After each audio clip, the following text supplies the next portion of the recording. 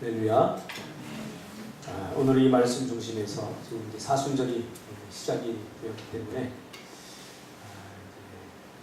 해답을 찾지 말고 해답이 되라 라는 제목으로 하나님 말씀 증거하겠습니다. 어떻게 설 명절을 잘 지내셨죠? 민지는 얼마나 많이 놀고 왔는지 하품을 하는데 이제 다시 우리 일상의 삶으로 돌아왔습니다. 또 일상의 삶 속에서 우리가 하나님을 더 기쁘게 하는 삶을 살아드릴 수 있기를 바랍니다. 해답을 찾지 말고 해답이 되라 라는 제목으로 하나님 말씀 증거합니다. 우리가 삶을 살면서 제가 깨달은 것이 하나 있는데, 인생이 힘들고 때로는 어려운 것은 문제 때문이 아니라 그 문제에 대한 해답을 가지고 있지 않는, 해답을 얻지 못함의 고통인 것 같습니다. 해답만 있다면 문제 때문에 고민할 이유가 하나도 없습니다. 여러분들이 지금 근심하고 걱정하고 염려하는 그 모든 것들의 답을 알고 있다면, 이렇게 하면 돼, 저렇게 하면 돼 하는 답을 알고 있다면 굳이 염려할 필요가 없겠죠. 그런데 우리는 그 답을 가지고 있지 못함으로 염려하고 근심하고 걱정하게 됩니다. 해답을 찾지 못하는 것이 주는 답답함, 막막함, 그것들이 사람을 힘들게 하죠. 쉽게 말하면 누가 감기에 걸렸다고 절망하는 사람 없습니다. 감기 걸리면 그저 약 좀 지어 먹고 며칠을 쉬고 좀 관리만 잘하면 감기 정도야 쉽게 나을 수 있습니다. 그러나 더 큰 중병에 걸리면 문제는 달라집니다. 왜 그러냐면 약을 먹어도 나을 수 없는 병들이 즐비하기 때문이죠. 답이 없는 거죠. 그래서 감기에 걸리면 약이 답이지만, 그러나 다른 큰 병에 걸리면 이 답이 없는 겁니다. 이때부터 사람이 불안하기 시작하고 또 두려움의 세계로 들어가게 됩니다. 그 두려움의 세계는 바로 확률의 세계입니다. 나을 수 있는 확률 60%, 낫지 못할 확률 40%, 뭐 이렇게 접근을 하죠. 될 수도 있고 안 될 수도 있는 퍼센트의 세계, 참 애매하죠. 지금도 인류는 끊임없이 인생의 문제에 대한 해답을 찾기 위해서 안간힘을 쓰고 있습니다. 그러나 어떤 시대에도 아무리 완벽한 사람에게도 문제가 없었던 적은 없습니다. 예수 믿으면서 또 목회를 하면서 그런 생각을 합니다. 다양한 삶의 문제를 가지고 오는 성도들, 또 기도 요청을 해오는 성도들을 보면서 해답이 있었으면 좋겠다. 정말 맞는 키 같은, 그렇죠? 어디에다 갖다 대서 열어도 다 열 수 있는 맞는 키 같은 인생의 해답, 맞는 해답이 있었으면 좋겠다. 그렇게 생각될 때가 정말 많습니다. 조금 전에도 우리 장로님이, 사실은 어제 지은 선생님 남자친구 왔었거든요. 와서 저녁을 같이 먹었는데 장모님이 저한테 물어보는, 조심스럽게, 목사님 어때요? 그래서 순간적으로 당황을 했어요. 저도 아직 결론을 내리지 못했기 때문에. 그래서 어떻게 말해야 되나. 그래서 목사의 입장에서 지켜봐야 알겠죠. 물론 좋아요, 그랬으면 좋겠는데 그렇게 말했다가 또 나중에 또 상처가 될 수 있기 때문에 조심스럽게 그냥 지켜봐야 알죠. 첫눈에 뭐 알 수 있나요? 그냥 이렇게 애매하게 제가 답을 하면서도 굉장히 미안하더라고요. 좋다고 말해줘야 되는데 그랬으면 좋겠는데 저는 인생의 해답을 잘 몰라요. 준석이도 지금 신부감을 찾고 있는데 뭐 어떤 신부감을 찾고 있는지 모르겠지만 좀 답을 알고 있으면 참 좋겠는데 알지 못해서 답답할 때가 참 많습니다. 우리 인생의 다양한 문제에 대하여 항상 해답이 되는 것이 있다면 좋겠습니다. 그런 걸 여러분은 찾았는지 모르겠습니다. 정말 모든 것에 항상 답이 되는 그런 것 정말 있기나 할까요? 오늘 본문을 살펴보면서 한번 정말 해답이 있는가, 우리 인생에 맞는 키 같은 해답이 있는가, 그것을 한번 찾아가는 여정을 시작하려고 합니다. 저는 지금으로부터 2000년 전 유대의 한 작은 마을에서 일어났던 이 사건을 다루어보면서 인생의 맞는 해답을 찾는 우리에게 주시는 하나님의 음성을 한번 조심스럽게 듣기를 원합니다. 예수님께서는 특정한 개인을 지목해서 내가 사랑한다 라고 말했던 적이 없습니다. 딱 3번밖에. 보통 다 공동체, 이스라엘 백성들 향해서 사랑한다, 공동체적 사랑을 선포했지 어떤 특정한 개인을 두고 내가 너를 사랑한다, 내가 특별히 너를 사랑한다 라고 말했던 적은 딱 3번밖에 없는데, 그 중에 오늘 한 번입니다. 그 3번 중에 한 번, 바로 베다니에 살고 있었던 나사로와 그 누이 마리아와 마르다, 이 사람들을 향해서는 내가 너희들을 특별히 사랑한다 하고 개인적인 사랑을 고백하고 개인적으로 특별함을 표시했던 것입니다. 그러므로 이 나사로와 마리아와 마르다, 이 사람들은 주님과 특별한 관계를 맺고 있었다고 볼 수 있겠죠. 여러분, 관계의 여러 단계 중에 아는 사이, 그것을 뛰어넘어서 이들은 분명히 사랑하는 사이였습니다. 마리아와 마르다와 나사로는 주님께 전부를 주어도 전혀 아깝지 않은 그런 사이였고요. 또 말로만 사랑한다고 한 사이가 아니라 정말로 마음의 물질과 또 시간과 모든 것을 담아서 그 사랑을 표현했습니다. 여러분, 세상에 이런 사람이 얼마나 되겠습니까? 정말 행복한 관계십이죠. 다른 사람이 나를 사랑하는데 나보다 나를 더 사랑해주고 나를 위해서 헌신해주고 나를 걱정해주고 염려하는 사람, 부모 외에 이런 사이가 얼마나 되겠습니까? 다 마음뿐이죠. 마음뿐이죠. 우리가 잘 아는 대로 마리아는 한 나드의 향유를 주님의 발에 붓고는 머리털로 그 발을 닦아주었습니다. 그러면서 자신의 그 사랑을 표현했습니다. 이것은 주님 앞에 나는 내 인생 전부를 다 쏟아서 주님을 사랑합니다, 이렇게 고백하고 표현하는 겁니다. 세상 살면서 여러분, 이런 사람이 되기를 바랍니다.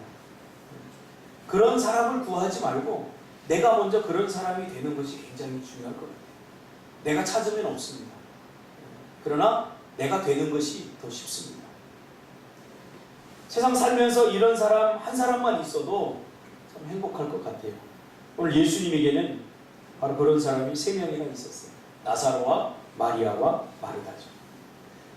그래서 중국의 노신이라고 하는 유명한 학자가 이런 얘기를 했죠. 친구는 3사람이면 불가능하고 2사람이면 많고 1사람이면 족하다. 그렇게 쉽지 않다는 거예요. 진정한 친구, 나이를 떠나서 정말 내 마음을 헤아려주고 나를 정말로 걱정하고 염려해 줄 수 있는, 그리고 그것을 말로만이 아니라 헌신해서 그렇게 헌신해 줄 수 있는 사람이 많지 않다는 거예요. 그런데 오늘 예수님과 마리아, 나사로, 마르다의 관계는 그런 관계였죠. 이번 주에 그 성령 장로님이 왔어요. 와서 가족들을 데리고 2박 3일 동안 있다 갔는데, 오기 전에 김성찬 목사님 그런 얘기를 해요, 저한테. 그래서 장로님을 진정으로 걱정하면서 참 교회 헌신하느라고 여행 한번 제대로 못 가고, 그래서 내가 이번에는 꼭 여행을 좀 보내주려고 하는데 넉넉지 않으니까 박 목사 여기 좀 오면 안 돼? 그래, 돈 걱정하지 말고 와. 내가 평소에 이 성령 장로님에 대해 잘 들었거든요. 많이 들었거든요. 그래서 어떻게든 섬겨주고 싶어서 돈 걱정하지 말고 무조건 보내. 박 목사 보내. 그래서 뭐 다 준비되지도 않고 또 차도 없어서 저희 교회 차 빌려주고 이렇게 해서 섬겼습니다. 참 좋더라고요, 기분이. 제가 장로님한테 얘기했어요. 참 털보 목사 성격도 개박하고 못되게 굴고 성도들 힘들게만 하는데 잘 섬겨줘서 고맙다. 그래서 손을 꼭 잡아줬어요. 근데 또 이 성령 장로가 가면서 또 뭐 이렇게 조그만 봉투를 이렇게 하나 주면서 갔는데, 제가 보기에는 과분할 정도로 많이 이걸 넣었어요. 집사람이 그걸 보고 얼른 가서 돈을 빼서 다시 갖다 줬어요. 근데 이렇게 보면서 제가 이 사람들은 서로 정말 사랑하고 있구나. 그걸 제가 깨달았어요. 목사는 장로를, 장로님은 목사를 이렇게.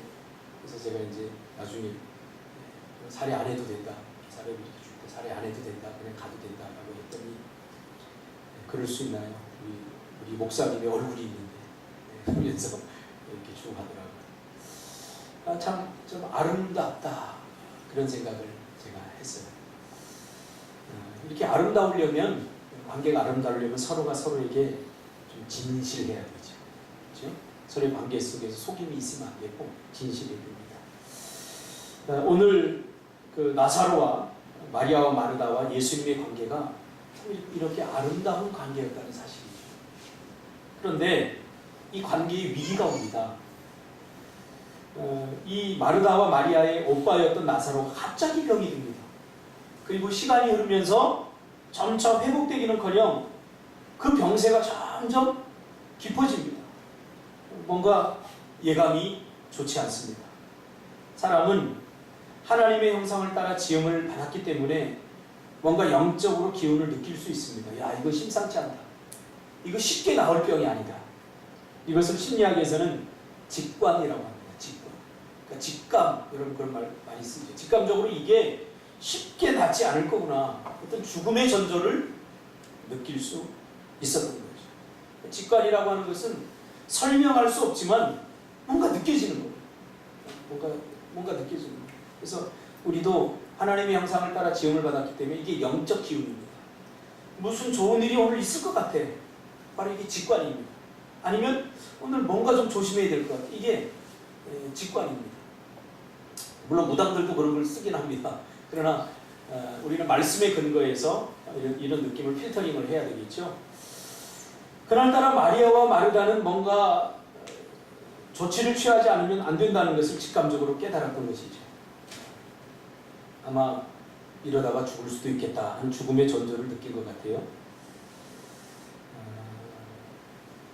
보통 문제가 아니구나. 그래서 예수님께 이 사실을 알리고 이 질병의 문제를 빨리 해결해 줄 것을 기대하게 됩니다. 그래서 한 사람을 택해서 이제 예수님께 이 사실을 알리러 가게 합니다. 왜냐하면 예수님은 그동안 많은 일을 했고 또 특별히 질병 걸린 자들, 아픈 자들, 병자들을 많이 치유했잖아요. 그것을 이 가족들은 너무나 잘 알고 있었기 때문에 예수님이라면 뭔가 해결해 줄 거야. 충분히 고쳐줄 수 있을 거야. 그래서 예수님에게 간 거죠. 근데 문제는 뭐냐면 빨리 고쳐야 돼요. 이 사람들이 자기 그 오빠를 딱 보기에는 이거 빨리 고쳐주지 않으면 이거 죽을 수도 있겠다 하는 것을 직감적으로 느꼈기 때문에 촌각을 다투는 그런 일이었기 때문에 사람을 보내면서 가서 빨리 예수님을 모셔와라. 이러다 죽을 수도 있겠다 하고 사람을 보내죠. 그래서 이 위기의 핵심은 뭐냐면 예수님이 빨리 오는 것이 문제 해결의 핵심이었습니다. 빨리 와야 됩니다. 빨리. 조금이라도 늦으면 죽을 수도 있어요. 근데 예수님은 이 총각을 다투는 이 긴급한 상황에 이 사실을 알리러 온 사람에게 뭐라고 얘기합니까? 야, 괜찮아. 안심해. 죽을 병이 아니라 하나님의 영광을 위한 일이야. 라고 너무 알아듣기 쉽게, 그러나 또 한편으로는 이해할 수 없는 말을 하고는 전혀 서두르지 않습니다. 너무 알아듣기 쉽죠. 자, 첫 번째는 뭐죠? 죽지 않는다는 거예요. 야, 죽지 않나? 죽지 않을 거야. 그런데 또 한편으로는 주님의, 하나님의 영광을 위해서 병에 걸렸다는 거예요. 이걸 어떻게 받아들여야 돼요? 그러면서 예수님은 느긋하게 자기가 계시던 곳에서 이틀을 더 머물게 됩니다. 너무나도 친밀했던 사람이 보여야 될 반응이 아니죠. 그래? 야, 내가 빨리 가서 고쳐줄게. 내가 빨리 가서 무슨 조치를 취할게 하고 달려가야지 이 관계가 정말로 나를 사랑하구나, 그런 것들이 증명이 되죠. 근데 예수님은 이 총각을 다투는 빨리 와줬으면 좋겠다라고 요청한 이 사랑하는 사람들의 요청을 그냥 거절해버립니다. 그리고는 느긋하게 이틀을 더 그곳에 유하게 됩니다. 생각해보세요.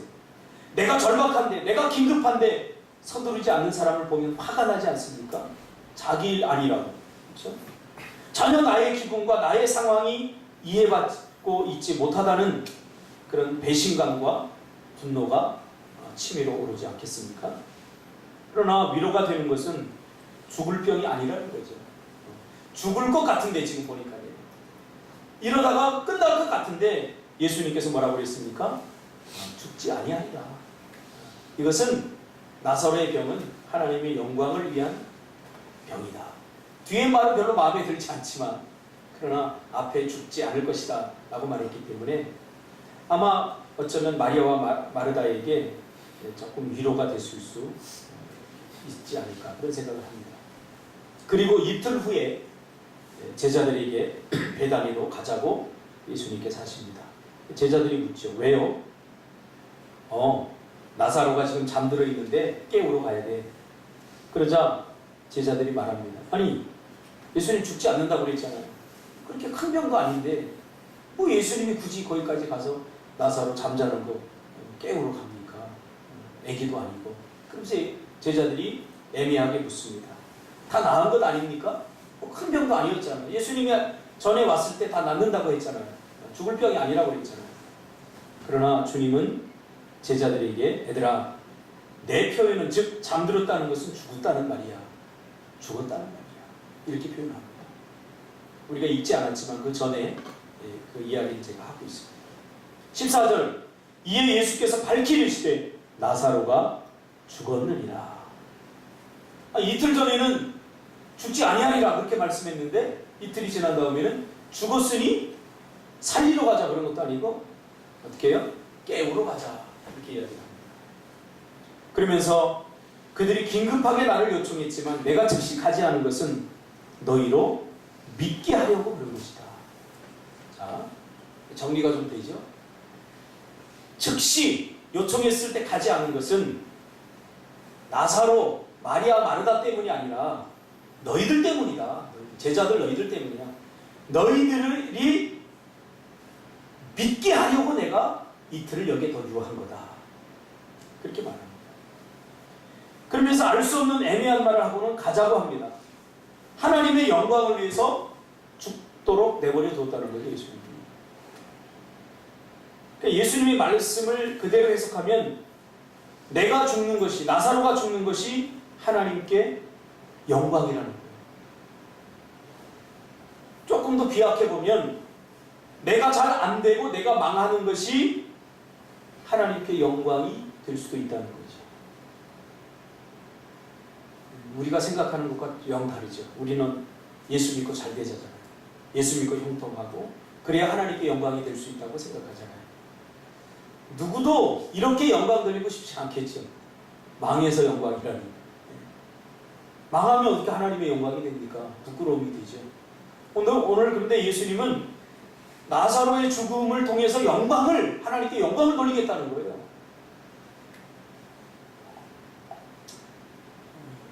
우리는 이런 상황을 원하지 않죠. 준석 집사 원하는가? 이런 상황? 네가 죽어야지 하나님께 영광이 되고 네 사업이 망하고 네 직장이 잘리고 그래야 하나님께 영광이 돼. 그런 상황을 원하나요? 원하지 않죠. 근데 오늘 예수님은 나사로가 죽어야 그것이 하나님께 영광이 된다. 나사로가 죽은 것은 하나님께 영광을 돌리기 위해서다. 그리고 너희들의 믿음을 위해서 나사로가 죽었다. 그렇게 이야기하는 거죠. 신앙이 성숙해지려면 이제 이 단계로 나아가야 돼요. 우리 고정관념을 깨야 돼요. 내가 잘 되는 것이 하나님께 영광이다 라는 공식을 버려야 됩니다. 이제. 그래야 비로소 성숙의 단계로 우리가 넘어갈 수 있습니다. 아직도 우리가 아동틱하게 내가 잘 되고 내가 성공하고 내가 어떤 명예를 얻고 권세를 얻고 물질을 얻어야 비로소 내가 성공하는 것이야. 그것이 곧 하나님께 영광이 될 수 있어. 그것은 성경을 일부분만 이해하는 거예요. 아주 작은 부분. 이제 우리는 우리의 믿음의 눈을 더 열어서 더 큰 것들을 봐요. 내 죽음도 또 내 실패도 내 망하는 것도 내가 손해보는 것도 하나님께 영광이 될 수 있다는 것을 우리가 이제 전제해야 될 그런 신앙의 성숙의 단계가 접어들었다는 것을 여러분 절대로 잊어서는 안 됩니다. 그러니까 예수님께서 이제 베다니로 가보니까 이미 나사로가 죽은 지 사흘이나 되었다고 성경은 말하지 않습니까? 그래서 무덤의 장사를 이미 해버린 상태, 모든 게 끝났어요. 모든 게 끝났어요. 죽었는데 우리 인간이 죽은 자를 살릴 수 있나요? 모든 게 끝났어요. 모든 바램, 모든 기대 다 끝나버렸어요. 그 일로 인해서 사랑하는 오빠를 잃어버린 이 일 때문에 낙심과 좌절에 빠져있던 이 두 여인에게 주변에 많은 사람들이 위로가 있었지만 그 어떤 것도 위로가 되지 않아요. 진정한 위로는 뭐예요? 오빠가 살아있는 거예요. 죽었으니 무슨 위로가 되겠습니까? 더 서운한 건 뭐냐면 그동안 예수님은 코빼기도 보이지 않았다는 거예요.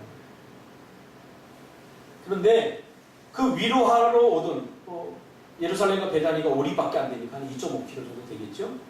가까우니까, 비교적 가까우니까 주변에 많은 사람들이 마리아와 마리다를 위로하러 오다가 예수님이 지금 오신다는 소식을 전하게 되죠. 그 소식을 듣고 그동안의 서운함을 털어버리고 마르다는 예수님을 맞으러 나갑니다. 그러나 마리아는 마르다보다 상처가 더 깊었던 것 같아요.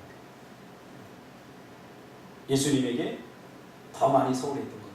그러니까 마리아가 예수님을 더 사랑했던 것 같고 예수님을 더 뜨겁게 좋아했던 것 같아요. 그러니까 상처를 누가 입죠? 더 좋아하는 사람이 입습니다. 더 사랑하는 사람이 입습니다. 그러니까 부모가 자식에게 상처를 받는 것은 자식이 부모를 사랑하는 것보다 부모가 자식을 더 사랑하기 때문에 상처를 느끼는, 더 많이 사랑하는 사람이 상처받는 거예요. 짝사랑이 상처를 받는 게 나만 좋아하기 때문에 나만 좋아하기. 오늘 마리아와 마르다 굳이 이렇게 살펴보면 그래도 마리아는 조금 여지가 있어요. 그래서 예수님 온다니까 그래도 뛰어나가요. 그동안의 서운함 다 터버리 나가요. 근데 마리아는 상처가 깊었던 것 같아요. 아니 우리가 그렇게 요청할 때는 코빼기도 안 보이고 뭐 하다가 지금에 나타나? 그러면서 서운한 마음을 그대로 표현하고 있죠. 내가 예수님에게 어떻게 했는데, 마리아가 예수님에게 어떻게 했죠? 수천만 원짜리 향수를 깨서 자기 발 앞에 붓고 머리털로 씻기면서 섬기고 자신을 위해서 최선을 다했는데 예수님은 나한테 이렇게 대하면 안 되지. 여러분 신앙생활도 마찬가지입니다. 더 많이 사랑하고 헌신한 사람들의 상처를 보고 지레 겁먹고 우리가 적당히 해야 되겠다 그런 생각 많이 하고 하지 않습니까? 심지어 부모님들도 다른 것에 공부하는 데 최선을 다하고 직장생활 최선을 내 열심히 다하라 그렇게 얘기하는데 신앙생활만큼 좀 적당히 했으면 좋겠다. 근데 그런 사람들이 또 예수 믿는 사람들이에요. 왜 그러냐면 예수 제대로 믿고 최선을 다해서 믿다가 상처를 받았기 때문에 그래요. 예수 믿는 사람들이 잘 되는 것을 보면 누가 여러분 열심히 더 잘하라 그러면 저렇게 돼 그렇게 하는데 우리 주변에 보면 예수 믿다 잘 안 된 사람들도 있거든요. 그게 하나님께 영광이 되지 못한다고 사람들이 생각하기 때문에. 그러니까 시각을 이게 좀 넓게 크게 봐야 되는데 그렇지 못하기 때문에 내가 꼭 잘 되는 것이 하나님께 영광이고 내가 최선을 다해서 어떤 자리에 오르는 것이 하나님께 영광이 될 수 있다고 딱 그 한 가지밖에 생각을 안 하는 거예요. 그러나 성경은 그렇게 말하면서 또 다른 한편으로는 내가 죽는 것이, 내가 손해보는 것, 내가 망하는 것, 내가 안 되는 것이 하나님께 영광이 될 수도 있다라고 말해주거든요. 이 두 가지를 같이 우리가 가지고 있습니다. 그래서 최선을 다하는 것, 신앙생활에 최선을 다하는 것에 대한 두려움들이 있어요. 상처가 남긴 트라우마죠. 그래서 적당히 하려고 하죠. 제가 몇 년 전에 한 10년 조금 안 된 그 시점에 제가 읽었던 책이 하나 있는 노희경이라고 하는 작가가 쓴 지금 사랑하지 않는 자 모두 유죄. 제가 요즘 심심해서 책을 예전에 읽었던 거 꺼내보다 그 책을 한번 이렇게 봤어요. 그게 보니까 그런 내용이 있더라고요. 이 노희경 작가가 나는 한때 나 자신에 대한 지독한 보호 본능에 시달렸다. 사랑을 할 땐 더더욱 그랬다. 사랑을 하면서도 나 자신이 빠져나갈 틈을 여지없이 만들었던 것이다. 가령 죽도록 사랑한다거나 영원히 사랑한다거나 미치도록 그립다는 말은 하지 않았다. 그러니까 상대편 남자에게 자기는 정말 죽도록 사랑하고 너무 좋은데 미치도록 지금 보고 싶은데 그런 표현을 잘 하지 않았다는 거죠. 내게 사랑은 쉽게 변질되는 방부제를 넣지 않은 빵과 같고 계절처럼 반드시 퇴색하며 늙은 노인의 하루처럼 지루했다. 왜? 자신은 정말 보고 싶은데 그렇게 표현을 안 하니까. 자신은 너무 사랑하는데 그 말을 했다가는 상처받을 수 있고, 내가 미치도록 보고 싶어. 그런데 저쪽은 미치도록 나는 안 보고 싶은데 그러면 나에게 상처가 되니까 최선을 다해서 그 사람과 사랑을 하지 않았다는 거죠. 왜? 상처받을까 봐. 나만 아플까 봐. 적당히 그저 거리를 두었다는 거죠. 그러니까 어떻게 돼요? 쉽게 변질되지 않은 방부제를 넣지 않은 빵과 같고 계절처럼 반드시 퇴색하면 늙은 노인의 하루처럼 지루했다는 거. 사람은 뭐 사랑은 좀 뜨겁고 사랑은 뭔가 막 스파크가 튀고 뭔가 서로 애절하고 그립고 이래야 되는데 그렇지 않다는 거죠. 책임질 수 없는 말은 하지 말자. 내가 한 말에 대한 책임 때문에 올가미를 쓸 수도 있다. 사랑해? 죽도록 사랑해. 근데 나중에 사랑 안 하게 되면 어때요? 너 죽도록 나 사랑한다며? 이거 뭐야? 책임을 지지 못할 말을 하지 말자는 거죠. 참 똑똑한 것 같고 참 지혜로운 것 같고 현실적인 것 같은데 이렇게 살면 정말 행복할까요? 가볍게 하자. 가볍게. 보고는 쉽지 라고 말하고 지금은 사랑해 라고 말하고 변할 수도 있다고 끊임없이 상대와 내게 주입시키자. 그래서 헤어질 때 울고불고 말고 깔끔하게 안녕 하고 헤어지자는 거예요. 나는 그게 옳은 줄 알았다. 그것이 상처받지 않고 상처 주지 않는 일이라고 진정 믿었다. 그런데 어느 날 문득 드는 생각. 너 그렇게 살아 정말 행복하느냐? 나는 행복하지 않았다. 죽도록 사랑하지 않았기 때문에 살 만큼만 사랑했고 영원을 믿지 않았기 때문에 언제나 당장 끝이 났다. 내가 미치도록 그리워하지 않았기 때문에 아무도 나를 미치게 보고 싶어 하지도 않았고 그래서 나는 행복하지 않았다. 사랑은 내가 먼저 다 주지 않으면 아무것도 주지 않았다. 버리지 않으면 채워지지 않는 물장과 같았다. 내가 아는 한 여자, 그 여자는 매번 사랑할 때마다 목숨을 걸었다. 처음엔 자신의 시간을 온통 그에게 내어주고 그 다음엔 웃음을, 미래를, 몸을, 정신을 주었다. 나는 무모하다 생각했다. 그녀가 그렇게 모든 걸 내어주고 어찌 버틸까 염려스러웠다. 그런데 그렇게 저를 다 주고도 그녀는 쓰러지지 않고 오늘도 해맑게 웃으며 연애를 한다. 나보다 충만하게. 그리고 내게 하는 말, 나를 버리니 그가 오더라. 그녀는 자신을 버리고 사랑을 얻었는데 나는 나를 지키느라 나이만 먹었다. 사랑하지 않는 자는 모두 유죄다. 자신에게 사랑받을 대상 하나를 유기했으니 변명의 여지가 없다. 속지 않은 기분으로 이번 겨울도 난 감옥 같은 방에 갇혀 반성문 같은 글이나 쓰련다. 상처받을까봐 그게 두려워 우리 최선을 다하지 않죠. 심지어 신앙생활 가운데 사람들을 섬기는 일까지도. 오늘 그러나 마리아와 마르다는 예수님을 죽도록 사랑했죠. 그것을 온몸으로 표현했죠. 온 인생으로 표현했죠. 그러다가 깊은 상처를 받았죠. 왜? 내가 예수님한테 어떻게 했는데 예수님은 나한테 도대체 이럴 수가 있어. 난 예수님이 오라고 하면 뭐 열린을 챙겨놓고 예수님에게 달려갔고 예수님이 원한다면 모든 것을 내 적금을 다 수천만 원짜리 깨서 내 인생 미래를 보장했던 그걸 깨서 예수님 앞에 다 드렸는데 예수님은 지금 우리가 이렇게 긴박하고 급박한데 모른 채 할 수가 있어.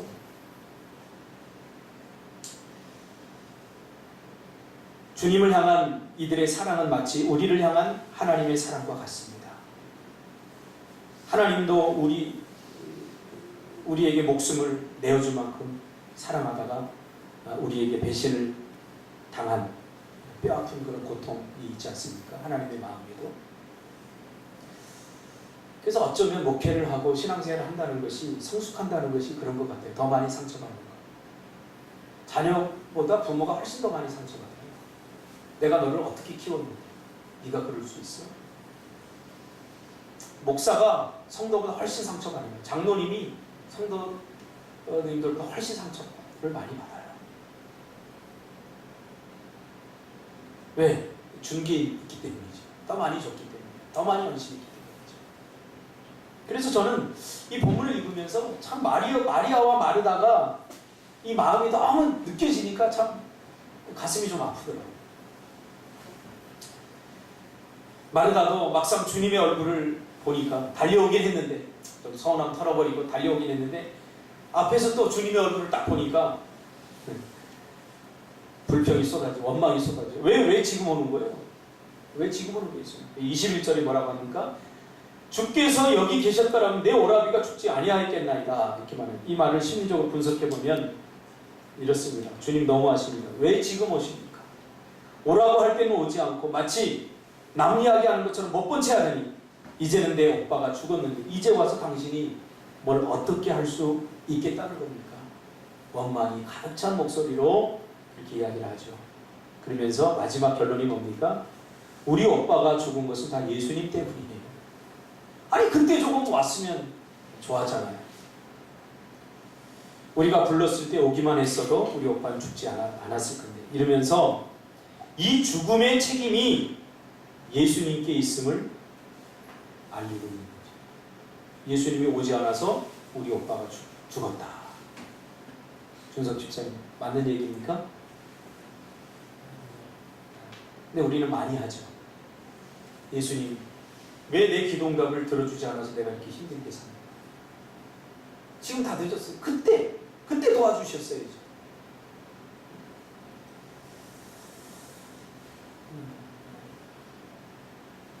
이렇게 말하면 내 기분이 조금 풀리고 마음이 조금 덜 무겁긴 하겠지만 그렇다고 문제가 해결되는 건 아니겠죠. 우리는 여기서 아담이 죄를 짓고 한 이야기가 떠오릅니다. 아담이 죄를 짓고 뭐라고 그러죠? 하나님이 그 죄에 대해서 이렇게 질문할 때, 당신이, 하나님이 나에게 주신 그 여자 때문에 내가 이 선악과를 먹었다라고 말합니다. 그러니까 책임을 전가하는 거죠. 누구에게? 하나님 때문이야. 결국 그렇게 말해요. 하나님이 나에게 준, 그냥 단순히 하와 저 여자 때문입니다 라고 말하지 않고 하나님이 나에게 준 이 여자 때문에 내가 이 열매를 먹었습니다. 그것은 하나님께 책임을 전가하는 거예요. 하나님 때문인가 모르겠어요. 우리 그럴 때 많아요. 하나님 왜 나를 이 땅에 보내셨나요? 하나님 차라리 주시지 말고 죽고 빼앗는 것이 어디 있습니까? 모든 것을 자기에게 책임이 하나도 없는 거예요. 그러면 좀 편할 수 있어요. 탁이라고 하는 책을 쓴 데이빗 A. 시멘즈는 이렇게 말합니다.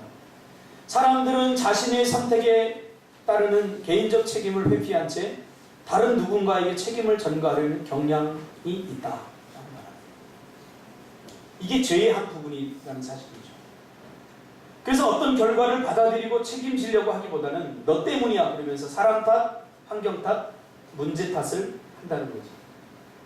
그러면서 도망가는 거죠. 자기는 빠지는 거죠. 쉽습니다. 목사님 때문에 내가 이렇게 힘들게 살아요. 그럼 편해요. 목사님 당신 때문에 내가 이렇게 힘들어.